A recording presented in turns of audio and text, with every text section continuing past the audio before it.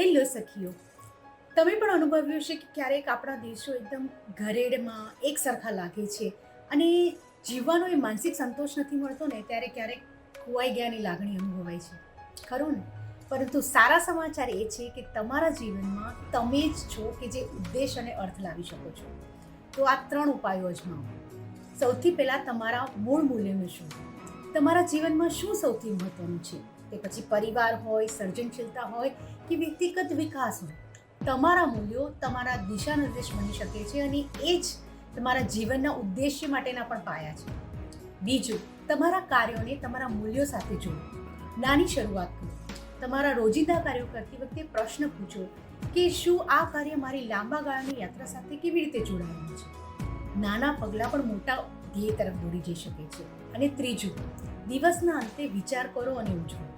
દરેક દિવસની ક્ષણો માટે રોકાઈને વિચાર કરો, એક સમીક્ષા કરો કે તમારા કાર્ય કેવી રીતે તમારા લક્ષ્ય તરફ યોગદાન આપી રહ્યા છે.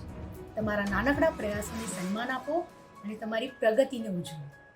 ઉદ્દેશ સાથે જીવન જીવવું એ માત્ર મોટા લક્ષ્યો પ્રાપ્ત કરવા વિશે નથી શકતું, પરંતુ એ એના વિશે છે કે તમે નાની નાની પસંદગીઓ કેવી રીતે કરો છો જે તમારા જીવનમાં સાચી રીતે એક અર્થ ઉમેરી શકે છે.